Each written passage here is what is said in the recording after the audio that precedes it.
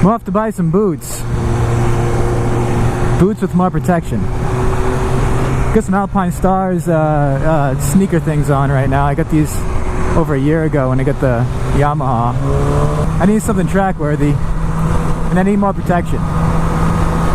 Long story short, Livy, my fiance, crashed.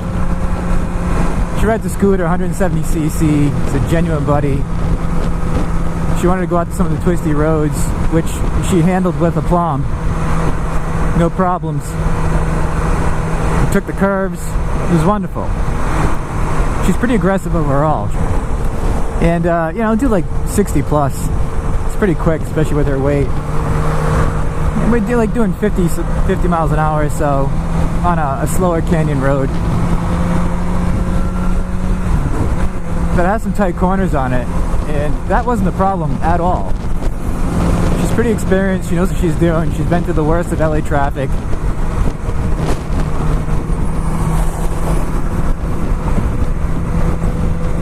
The problem was, let me slow this down so you have some small chance of hearing me. The problem was, we just got engaged, and on this road I was talking about, there's a sign that advertised weddings. And she said, oh look, there's weddings. And we're in the center. I'm a little bit in front of her. And then I heard her scream. I thought there was an animal on the road or something. Enough to listen to scream. And then I heard that terrible scraping, tumbling, groaning noise that I'm sure other people have heard when they've had someone on the other line when they went down. And she crashed pretty hard. I mean, she went off the pavement. It seems like it was a distraction thing. And I've been there, especially in the first year, more so. After my front tire basically touched a guardrail, as opposed to me going over the guardrail, I've had a different approach. And what we think happened was she got distracted, looked to the right at the sign, started drifting to the right. As we all know, if you look right, you drift right. You look left, you drift left, which is why it's always said, look where you want to go and keep your eyes on it. I don't care if there's, you know, a marching band and assless chaps walking by. You don't look at them.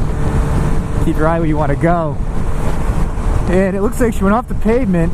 I think the front end of the scooter planted. It started to rotate. I think she went over the bars or went off to the side. She landed on her face. Once again, highlighting the importance of the helmet. I'll put some pictures up right about now. You can see the chin guard of the helmet is scratched, as well as the right frontal area. And her face did just fine because of that. We're always contemplating, oh, she's on a scooter, which she should get a full face or an open face helmet, because that open face can more easily fit under the seat. It's obviously more scooter appropriate in terms of style, but you know, doing what we do, we've seen a lot of head injury, and thankfully opted for the full face and a decent, you know, showy helmet at that, for good reason. So she landed on her front side. When I came back, she was on her back. She must have turned over at some point. Her head was 6 inches from a sign on the side of the road. And she was okay. I mean, she was alert. She was communicating with me clearly. Thankfully, there wasn't any gross blood loss. Long story short, you can see by the pictures that thankfully she lost some skin. And she went through a lot of aches, and it wasn't very comfortable at all. And you can see that the jacket she was wearing was an Alpine Stars mesh jacket with armor and the showy helmet. Those took a hit, and therefore her upper body and her face were fine. It was really the lower extremities, the butt, the thighs, the left knee in particular, that took it. And she was wearing basically a pair of spandex pants, which we've addressed in the past, and I have to take a good part of the blame for this. I let her talk me out of getting something that had more protection, because usually we're on like pretty slow side streets that don't bring about this risk, but we all know that even on a side street, if she went down doing 20, the legs wouldn't be in good shape. She was doing about 50 when she went down, and of course, you know, those things turned into dust at the impact points. She was, after we collected her and the bike, and she took a minute to slowly appreciate whether or not there's any bone damage. Her incredibly brave and composed self got back on that thing, as beat up as it was, and rode it for 20 miles back home.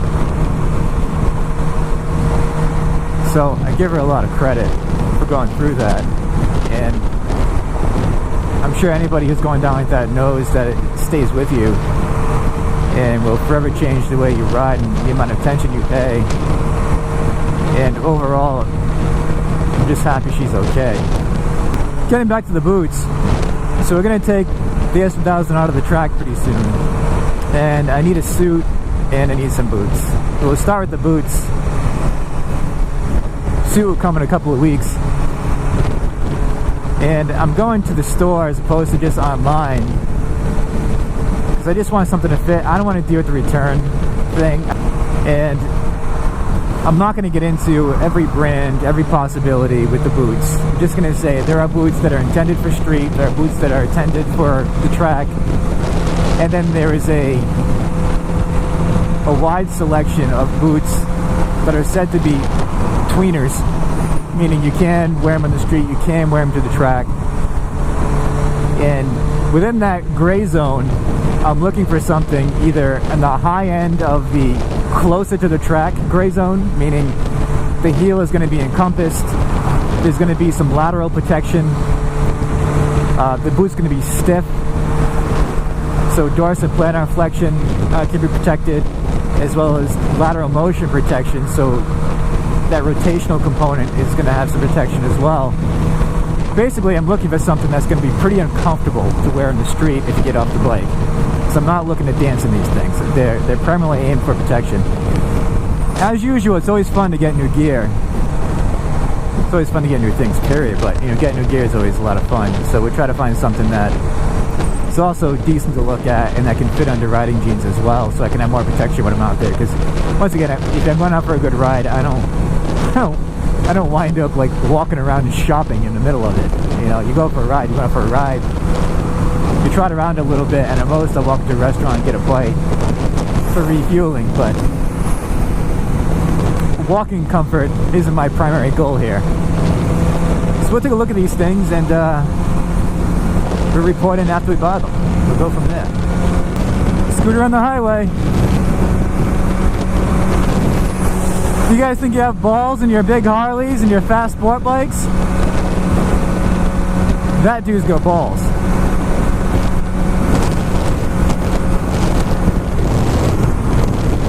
He gets a wave.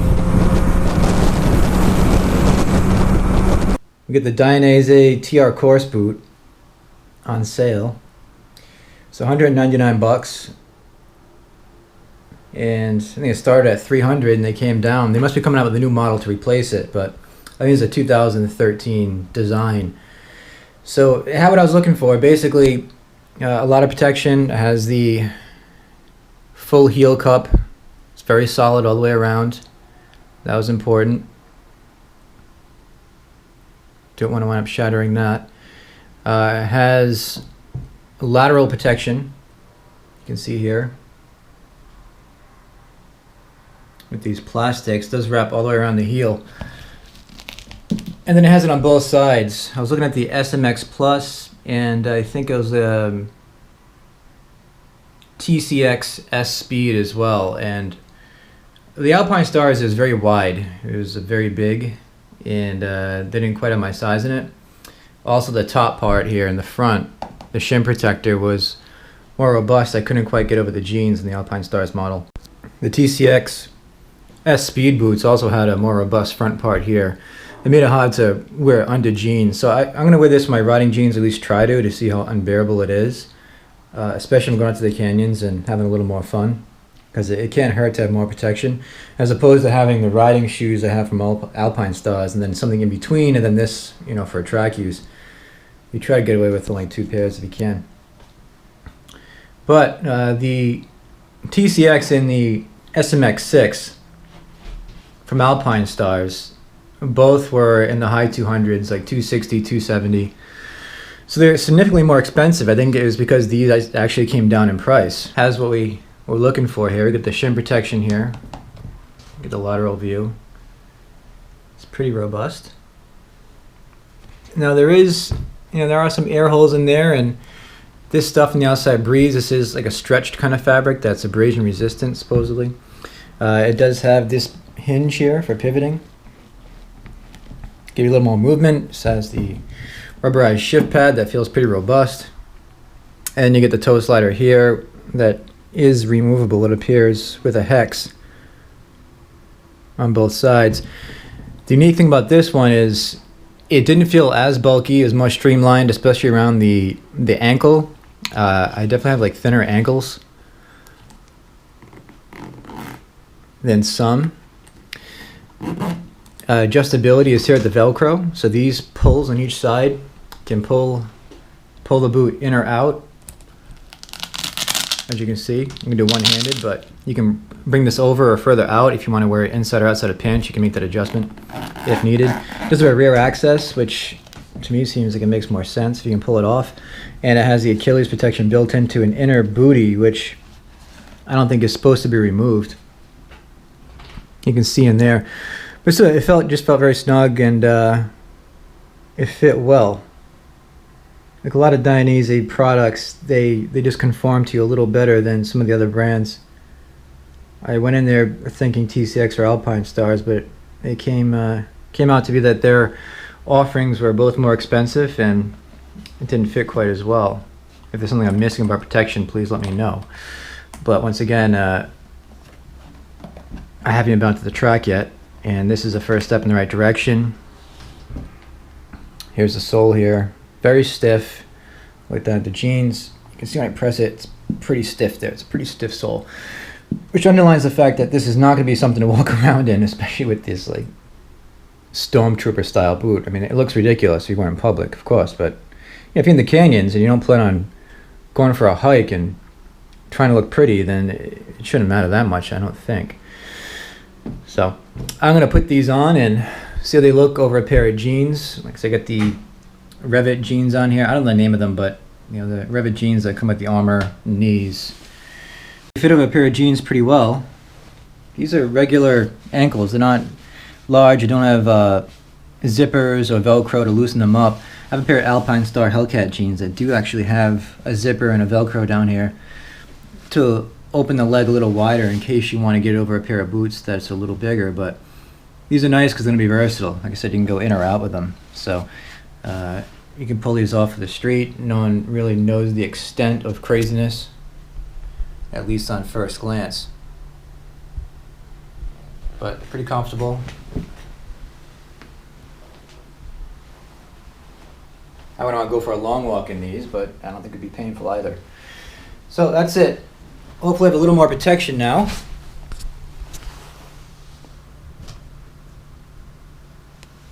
And in case the inevitable happens, less likely to have some disastrous injury.